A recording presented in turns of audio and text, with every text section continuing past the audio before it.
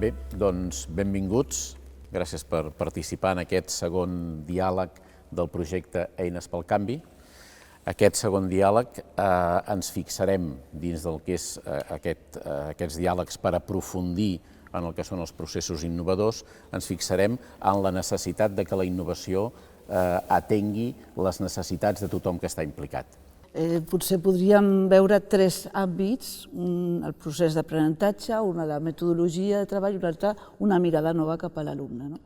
I en el procés d'aprenentatge ja estem incorporant una visió de la construcció significativa del coneixement, de l'aprenentatge per descobriment, totes aquestes maneres de veure noves, però també penso que els professors ja tenen també una mirada diferent cap a tenint en compte els diferents tipus d'intel·ligències, per exemple, i això realment no només és legítim, sinó que també és molt útil socialment. A mi m'agrada també pensar l'escola com un espai de vida o com un espai de vides, on llavors se'n reconeix a tothom com a diversos, que és una mica el que potser comentaves. Ja només potser aquesta mirada ja ens fa pensar amb els altres i amb nosaltres mateixos d'una manera inclusiva, de tots en formem part i ens reconeixem amb com som.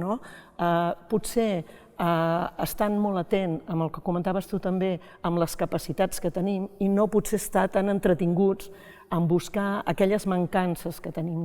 Si no hi hagués alumne no hi hauria aquest debat, no hi haurien edificis, no hi haurien directores ni directors, ni hi hauria el consorci. L'objecte és l'alumne i per tant és aquest alumne el que necessita ser mirat per nosaltres a la cara, ser mirat, com tu dius, amb aquest fil invisible que deies, i m'ha agradat la paraula, aquesta idea de que d'alguna manera tothom hi té cabuda, a tothom li hem de buscar un èxit i aquesta és la innovació. No és tant una innovació metodològica que també i que jo crec que s'ha d'adoptar, etc. però no és l'objecte principal del nostre projecte si volem innovar. Aquestes mesures universals que es fan de cara a l'aprenentatge de l'alumne sí que és molt important la mirada en l'alumne. Jo crec que això és un dels principis claus de l'escola inclusiva. Jo crec que això hauria d'estar inclòs ja dins del projecte de cada centre, aquesta mirada centrada en l'alumne, aquesta mirada també que posa l'èmfasi en les competències que cadascú ha de, competència social moltes vegades, que cada alumne al final ha de tenir per poder desenvolupar-se en la vida.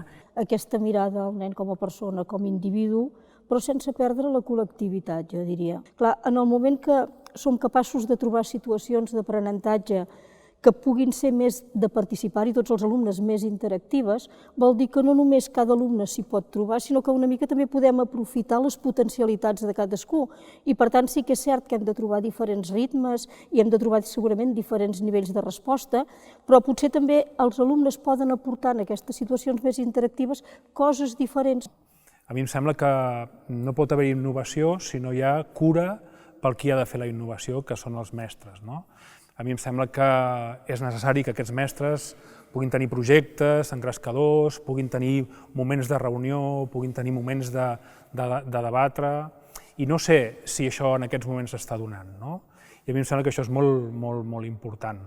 Inclús a vegades supervisions tècniques o supervisions inclús clíniques de dir, ostres, què m'està passant a mi que estic atenent a xavals que m'estan portant a situacions personals molt complicades. És molt important treballar en xarxa i en complicitat amb tota la comunitat educativa. És a dir, tens l'AMPE o tens les mares i els pares que et poden ajudar moltes vegades, doncs entenent el que tu vols o pretens fer amb els nens dins de l'escola, et poden ajudar molt també a educar aquests fills, perquè poden participar de moltes maneres dins de l'escola. Però també complicitat, per exemple, que a vegades us té molt en compte amb el personal que no és professorat o personal directe que va amb els nens. El primer que hem de fer és tenir present que com a escola hi ha unes determinades coses que hem anat aprenent tots, com a professionals, però també l'escola com a entitat, que és de quina manera els alumnes, les persones aprenen, de quina manera es generen situacions de benestar que influencien en aquest aprenentatge i de quina manera generen sinergies que respectin els processos de vida de cada un. Com ens ho fem perquè els processos innovadors siguin una mica una cosa de tots els centres? Aquest principi de conservació és molt bo. Tot el que hi havia abans i aquestes escoles, aquests professionals que igual no estan o no volen innovar, sí que tenen moltes coses a aportar. Per què no els incorporem? Com cada escola i cada persona que en formem part ens podem pensar i repensar en quina escola volem, quin sentit volem que tingui aquella escola, i crec que quan ens instal·lem una mica amb aquestes preguntes o amb aquesta reflexió sobre la pràctica i sobre el fons, deixem una mica l'anècdota. No hi ha una innovació, jo també estic d'acord, a mi m'ha agradat molt el que has dit, és a dir, no hi ha una innovació, hi ha moltes innovacions i a més, moltes necessitats d'innovació diferents. No és el mateix a Sants, Casa Hospitalet que no barris, és a dir, la conjuntura són diferents i per tant les respostes han de ser diferents. A dintre de cada escola hi ha molts bons professionals, que el que necessiten és això, temps i moments per poder reflexionar entre ells i amb gent de fora que els faci reflexionar o reflexionar conjuntament. Però hi ha uns aspectes claus que tothom ha de coincidir, i aquests són inamovibles, com que l'aprenentatge ha de ser de naturalesa social, que els aprenentatges han de ser transversals, que aprenem per poder després posar en pràctica el que estem aprenent, per tant ha de ser competencial, que no tots podem aprendre al mateix moment i en el mateix ritme, sinó que tenim ritmes i maneres diferents d'aprendre i l'escola ha d'oferir alternatives diverses i horaris variats perquè es pugui accedir, que les emocions formen part de tots els processos d'aprenentatge.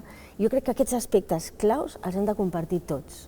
El que és important és que cada escola trobi la seva identitat, no? O sigui, les escoles que es presenten en general com les escoles innovadores és perquè a partir d'una línia, a partir d'una altra, a partir del que sigui, han trobat una identitat pròpia d'escola en la que tothom està en aquest camí, no? Com ens ho muntem perquè la innovació no deixi allò que en diem de vegades les resistències al canvi, que a mi més que resistències m'agrada dir les reserves que pugui tenir la gent o aquesta tendència a equilibrar, perquè en els sistemes la gent tendeix a equilibrar. Quan uns corren molt, uns altres diuen, ei, ojo, a veure, no correm tant, no? Una mica aquesta situació d'intentar equilibrar l'estabilitat i el canvi.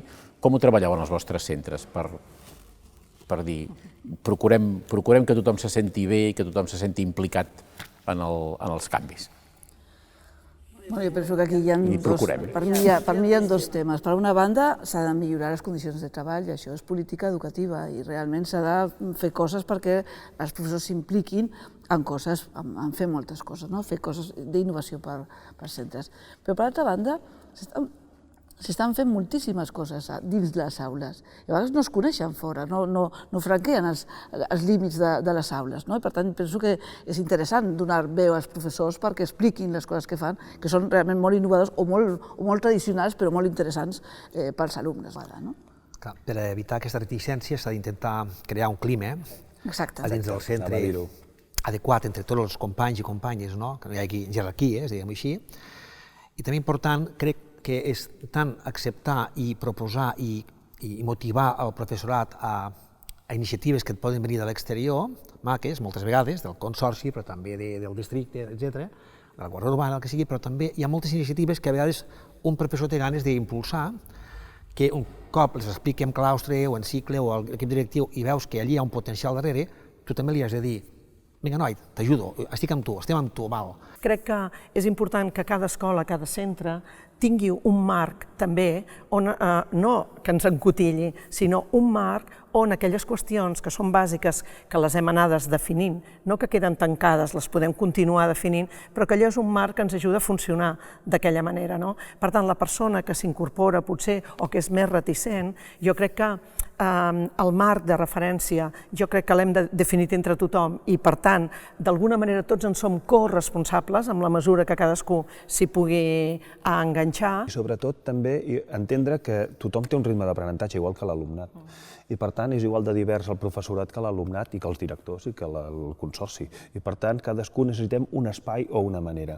Aprofitar també aquelles coses ocultes que a vegades el professorat té i que no ho sabies, és a dir, un professor de filosofia però que és un encantat de la natura i de l'hort, doncs que et munti un hort, deixar fer, deixar autopistes perquè la gent desenvolupi aquells projectes que els farà ser no només més innovadors, sinó millors, més a gust en l'institut i generaran una dignitat més gran als nostres alumnats. Si us sembla, deixaríem aquest segon diàleg de les eines pel canvi dedicat a la inclusió de tothom aquí i agrair-vos moltíssim les aportacions i haver vingut en el diàleg en nom del Consorci d'Educació. Moltes gràcies a vosaltres.